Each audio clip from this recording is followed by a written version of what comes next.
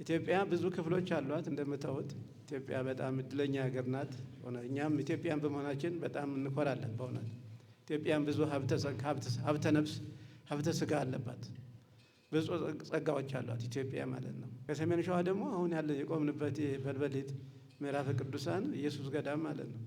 ጌታችን መድኃኒታችን ኢየሱስ ክርስቶስ በእናቱ ጀርባ ሆኖ የባረካት ገዳም ናት ማለት ነው። እንደምታዩት ቦታይቱ ሳውት በረከተ ነፍስ በረከተ ስጋ ነው የሚያሰጠው።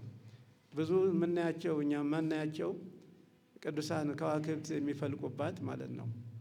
እኛ ተኝተን ሳለን ሌሊት እነሱ በብርሃን የሚመላለሱባት ገዳም ናት ማለት ነው። በሰረገላ ይላል። እዚያ አንድ ሰረገላ አለ። ይሄ ሰረገላ ሰባት ደጅ የሚባል ገዳም ታውቃላችሁ? በዚህ በቡልጋ ውስጥ ነው። በቡልጋ ውስጥ ሰባት ደጅ የሚባል ገዳም አላቸው። ሁላችሁ የምትጎበኙት በእውነት በመሰላል ከላይ ወደ ታች ወደ ገደል ነው የሚገባው። ከላይ በመሰላል ነው። መሰላል የሰሩት አባቶች ነው። ውስጥ ለውስጥ ነው የሚሄዱ። እንደ ሊፍት ነው። ወደ ታች ነው የምንወርደው። ወደ ታች ትወጣላችሁ። እዚያ ይሄ ሰረገላ እዚያ ይገናኛል ይላሉ አባው ሲናገሩ። እዚህ አንድ ሰረገላ አለ በልበሌት ላይ እዚያ ይገናኛል ይላሉ አባቶቻችን ታላላቆቹ ማለት ነው። ከእግዚአብሔር ጋር ግንኙነት የነበራቸው አባቶች ይገናኛል ይላሉ። ከዚያ ሰረገላ እንደው እግረ መንገዳችሁ ሰባት ደጅ የምትሄዳችሁ ብትጎበኙልን በእውነት እኛው እዚሁ አጠገባችን ነው ያለው። ያስጨንቃል ግን ስትወርዱ ከላይ ወደ ታች ነው የምትወርዱት። ጨለማ ነው። ብቅ ስትሉ የድንጋይ መስኮት አለ፣ የገደል መስኮት አለው። እዚያ ታች ስትወርዱ የኢትዮጵያ መጻሕፍት ተሰብስበው የተከማቹ ይመስላችኋል። እዚያው ነው መጻሕፍቶች አሉበት።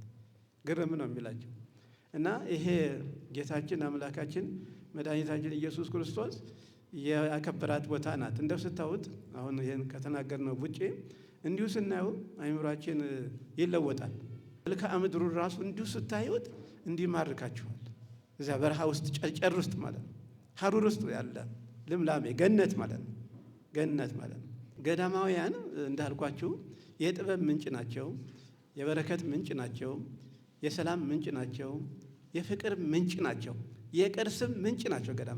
ገዳማውያን ቅርስም ገዳም ነው። የአእምሮ ቅርስ የሚቀረጸው የሚገኘው ገዳም ውስጥ ነው። ምሁራኑ ሊቃውንቱ የሚፈልጉት ገዳም ውስጥ ነው። ገዳም የሁሉ መገኛ ሳሏል።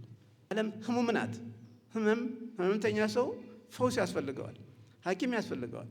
ብዙ ሐኪሞች የሚቀረጹት ከገዳም ውስጥ ነው። ሁሉም እንደሚያልፍ የማያልፍ እግዚአብሔር ቃሉና እግዚአብሔር ብቻ የሰራው ስራ ብቻ ነው የማያልፍ። ሌላው ይገለባበጣል፣ ይለዋወጣል። ይሄ ህንፃ ብዙ ስራ የሚፈጥር በእውነት ብዙ ሰዎችን ስራ የሌላቸውን የሚያካትት ለብዙ ሰዎች እንጀራ የሚፈጥር ህንፃ ነው። ስለዚህ እንስራ።